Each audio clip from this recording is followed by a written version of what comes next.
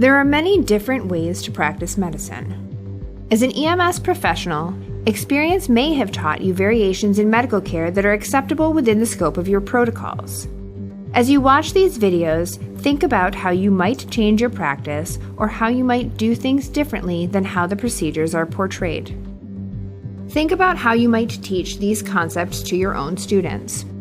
Look for mistakes in the videos and consider how you would debrief the scenarios afterward. Lastly, watch for the details. Many nuances and other key points are presented in the pop-ups that occur throughout the series. A basic life support airway is really important for keeping your patient alive. So it's important to really do it correctly. So what we want to talk about today is how to use your team and how to do all the individual skills correctly. So Shriman, if our patient vomits, you're going to be the one to roll them to the left, okay? And you're also going to put in an OPA and an MPA for us, okay? Paige, you're going to open the airway and hold the mask with the BVM. And I'm going to squeeze the bag. So we do a two-person technique. The other thing we want to have ready whenever we're dealing with airway is suction. So we're going to have our suction catheter right here under the right shoulder so everybody knows where it is and it's easily accessible for us. So the first thing we're going to do is we're going to open our patient's airway. A lot of people will just open the airway like this, and that is not far enough. We want to make sure that we maximize this by opening the airway all the way. We want to have 4 fingers on the bony part of the jaw and hold the head back, and this way we have a nice big open airway. It's not always going to be possible. Some people have limited mobility with their neck due to arthritis and other things, and obviously we don't want to do this if we suspect a spinal injury. So Shriman, can you place an OPA in, please? So we're going to measure our oropharyngeal airway from the corner of the mouth to the tip of the ear. I'm going to insert upside down and twist it, and so that it sits there, okay? The only contraindication is if our patient is awake and has a gag reflex, that will cause them to vomit. So we want to make sure that we don't do that. Next, we're also going to put in a nasopharyngeal airway, and we're going to measure that from the tip of the nose to the tip of the ear. We're going to measure the diameter with the pinky finger. We're going to make sure that it's lubed up with lube that we have so it goes in easily and doesn't cause any bleeding. We have pre-lubed this airway. And we're going to insert it straight back in the right nair. We don't want to go up, we want to go straight back. And both these devices are designed to keep the tongue off the back of the throat, which is going to happen if someone is unconscious. The only contraindication for a nasopharyngeal airway is facial trauma. So now we're going to bag our patient. So we're going to place the mask over the nose and the mouth. I'm going to squeeze. We want to have our fingers on the bony part of the jaw while we hold the mask. And we want to squeeze gently, once every 5 to 6 seconds, just enough so the chest is rising. We want to make sure that we do not empty the entire contents of this bag into our patient because there's 1,600 cc's of air in here. We only want to put about 600 into our patient, which is a normal tidal volume. As you can see with this mannequin, the way it's designed, it does have a stomach and it has lungs. Right now, we're only putting air into their lungs, and the stomach is not inflating, which is exactly what we want. Okay, we need to prepare for complications in case this patient vomits. Shriman, you're going to be rolling the patient to their left if that happens. Paige, you're going to take the mask off, and I'll take out the OPA, and I'm going to hand you the suction, which is under the right shoulder, okay? We have vomit. We need suction. Turn to the left.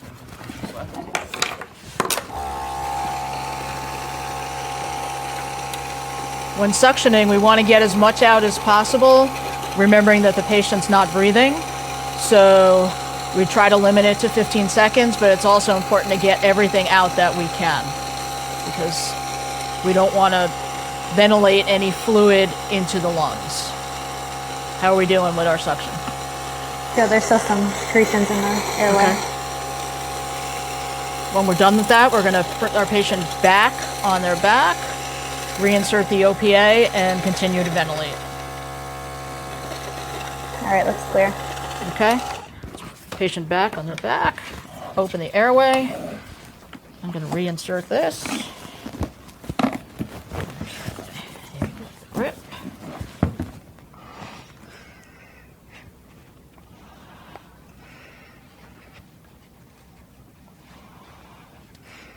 Okay, let's make sure the airway is all the way open and we have a good seal. Airway management is arguably one of the most important facets of patient care. Not only do we need to provide oxygenation for our patient for gas exchange, but we have to get rid of carbon dioxide as well. So in some patients, this can be really difficult to manage. One of the mnemonics that helps me is one called BONES. There are many that are out there, but they stand for several things that can help you manage your patient or at least understand what could possibly be a difficult airway to manage. So B is the first one, and B stands for a bearded patient, clearly in this case, or blood around the face. And so this patient may be difficult to ventilate because air gets around the beard component. Dave, can we just simulate how that looks? In this case, no air is getting down because it's all escaping out through the sides of the beard.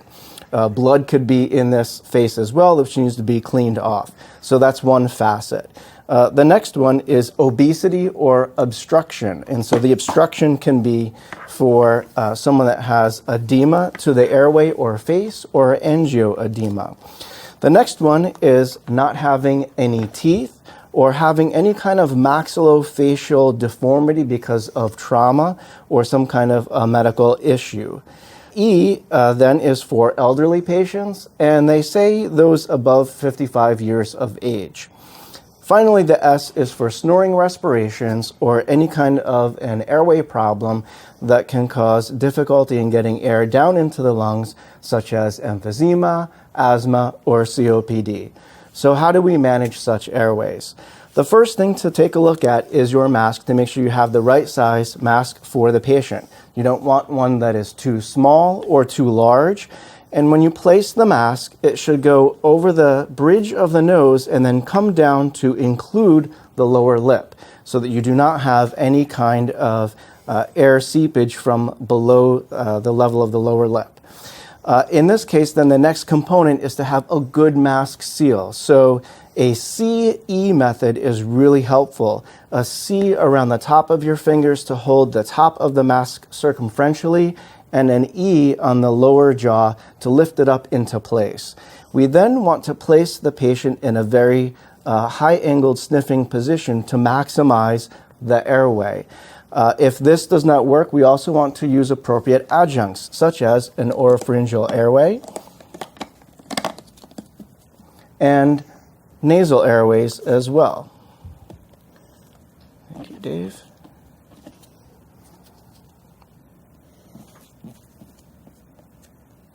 Okay, and in such a case, we are now maximizing the ability to get air into the patient, provide oxygenation, and get rid of carbon dioxide. In this case, with these adjuncts in place, it is still not working so very well, and so other things we can do is really pull the chin up into the mask and the cheeks of the patient into the mask, making sure it is in place. A two-handed technique for one provider and having a second provider squeeze the mask is really beneficial. And in this case, we're still not getting good airflow into the lungs and gas exchange. And so one of the final options we can use on a bearded patient especially is to use a lot of Surgilube. And so in this case, we're using a ton of packets to create a seal around this patient's beard and mustache. We're going to just really put a lot of Surgilube on here to create a really good seal. It seems like a lot. You will need to use probably upwards of 10 packets in such a case. And this is going to create a seal through the hair so that in conjunction with our other methods of a head tilt chin lift, airway devices, and a good seal, we now get good gas exchange, provide decent oxygenation, and get rid of carbon dioxide.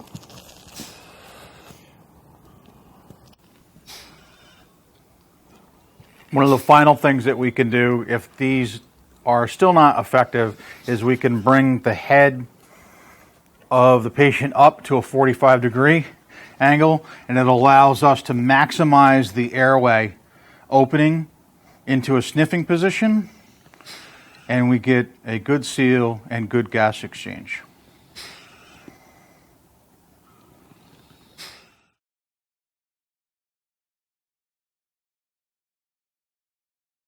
Dave, it looks like we're going to have a difficult airway here. Let's just go ahead and start ventilating the patient. Good head tilt, chin lift. Good. Is that working with that mask size? Not really. Why don't we switch to the bigger mask? Okay. Make sure it's down on the nose. Go ahead. Is that working? No? Not optimally, no. All right, let's put an OPA in. Good head tilt, chin lift. Let's also put some NPAs in. I'm still not getting a really good seal. Okay, let's put some of these NPAs in.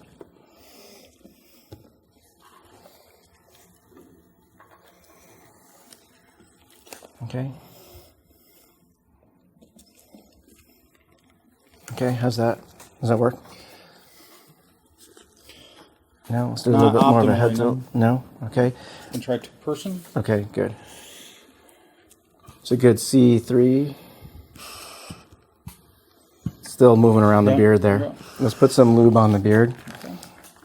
It's going to take a lot, like 10 packets of this stuff. There's no secretions in the airway. Okay. It's not obstructed. There's no other facial trauma. This is a lot of stuff on here. Let's put it in. Make sure that we massage that in, get a good seal. Okay, go ahead. Try that. Okay. We also can bring the head up to the 45 degree. Yeah, that's not working. Let's do that. Oh, there it is. Nice. Much better. Good. All right, you've got a good seal there? Yeah, a good seal. Okay. Yep, definitely good gas exchange now. So we just transferred a respiratory arrest patient to the hospital, and we used a standardized reporting called MIST, M-I-S-T, to call into the hospital. Dave's going to explain what that is. So the MIST report, the M is mechanism of injury or medical issues. The I is indications or injury. The S is for signs and symptoms, including vital signs. And the T is for treatment. So what we're going to do now is give you an example of what that kind of report sounds like. It's pretty quick. So, hospital, we have a 56-year-old male that was found unconscious, unresponsive, with an airway problem and was hypoxic. His vital signs were okay, except that he was in respiratory arrest. We provided bag valve mask ventilations with airway adjuncts, which improved ventilations, and we have an ETA of 10 minutes. Hospital received.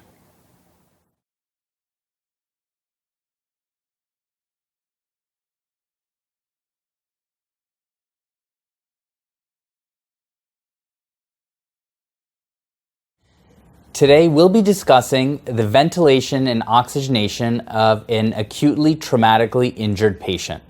As you might imagine, this represents a more challenging scenario than typical ventilation may impose. We'd like to start by discussing the cervical collar in general. In regards to spinal motion restriction, we know that there's been a fair bit of evolution over the last several years where national organizations have endorsed evidence-based guidelines with best practice to culminate in our current spinal motion restriction protocol. If you feel that your patient warrants a cervical collar, it should be applied appropriately, and we should have consideration for restricting the spine in totality. What we've observed is that sometimes patients who come into the emergency department with a cervical collar on are either being walked into the emergency department or wheeled in a wheelchair. What we want to make sure of is that we maintain spinal motion restriction in that we don't necessarily need the patient to be completely immobilized on a spine board, and actually we should not be transporting patients on spine boards at all. But we do want the patient to be restricted with the head of the cot no more than 30 degrees up. And we do want also to have the appropriate restraining devices on the cot engaged as well. Another challenge that we sometimes face is the patient who requires supplemental oxygen and has a cervical collar in place. If we need to apply, for example, a nasal cannula, there are some devices out there that have hooks in order to facilitate the application of supplemental oxygen. In this case, the nasal cannula can be applied as normal from the front and apply this up and over the ear, but then hook the tubing underneath the oxygen hooks here before cinching this up.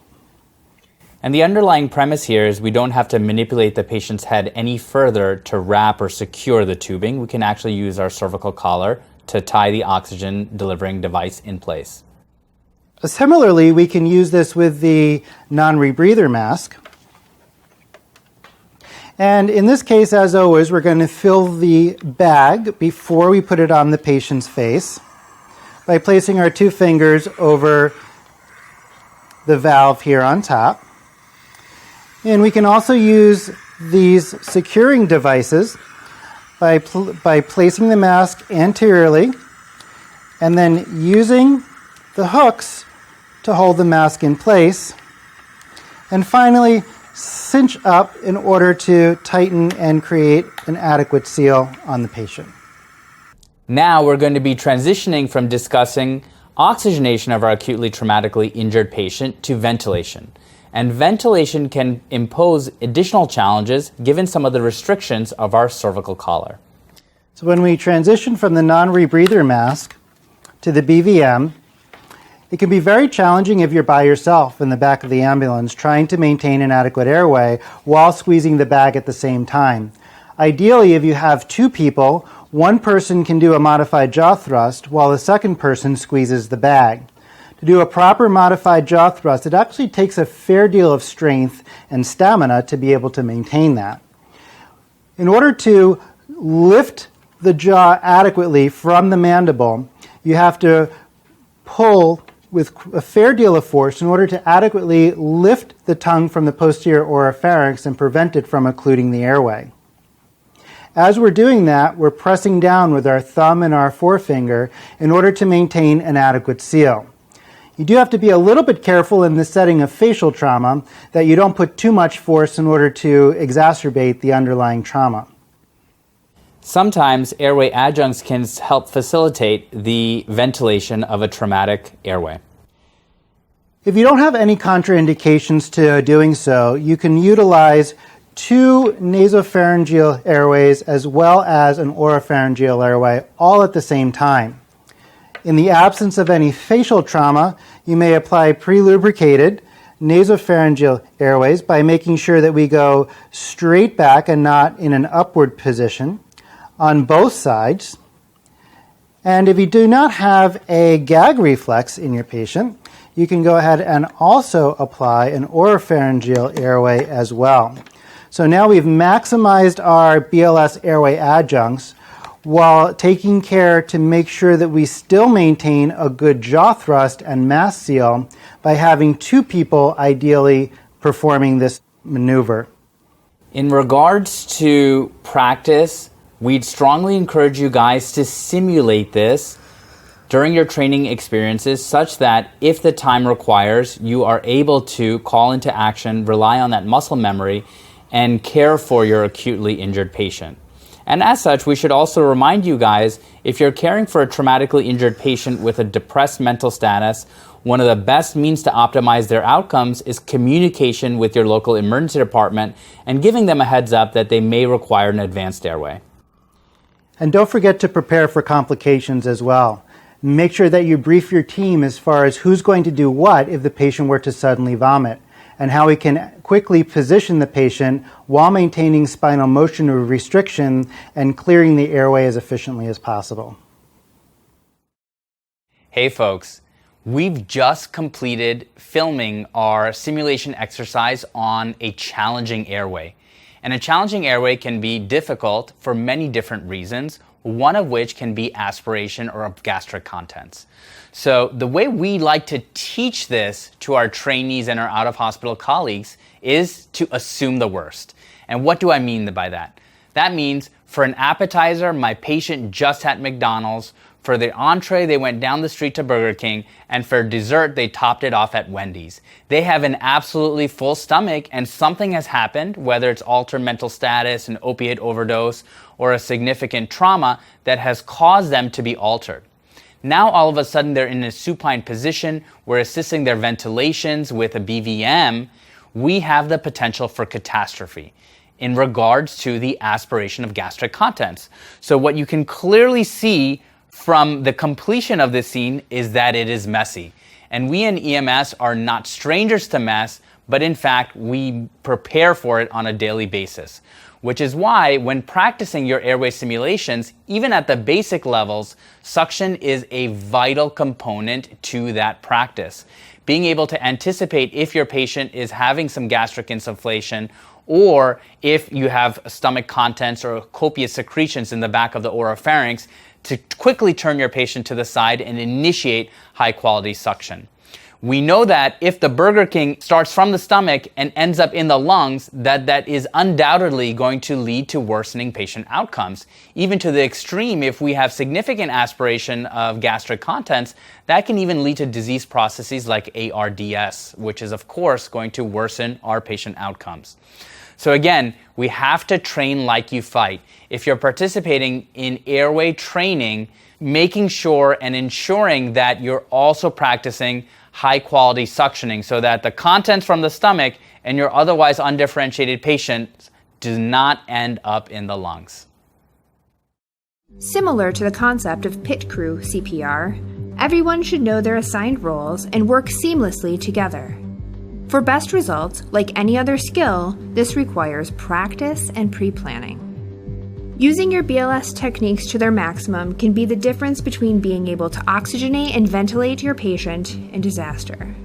Don't settle for just doing things well enough to pass a test. Your patients' lives depend on this.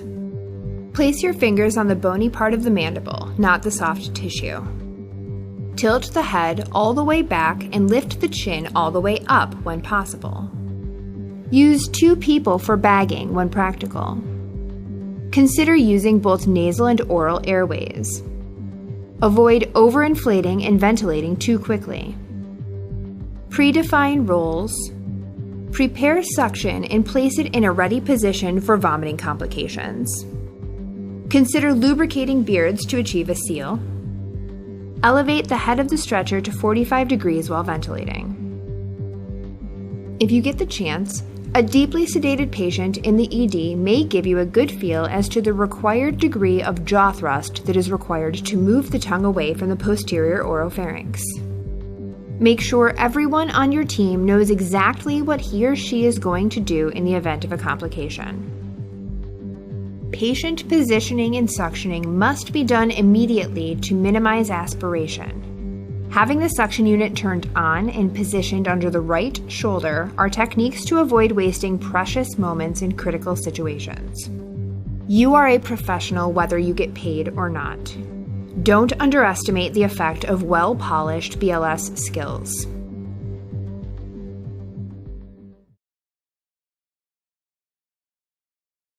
The techniques described in this video are included to spark discussion, not as authoritative practice directives. Consider the benefits and limitations of each technique and discuss with your colleagues and medical director. The content is intended as an educational resource only and not intended to supersede any state, regional, or local guidelines, protocols, policies, medical direction, or any other authority.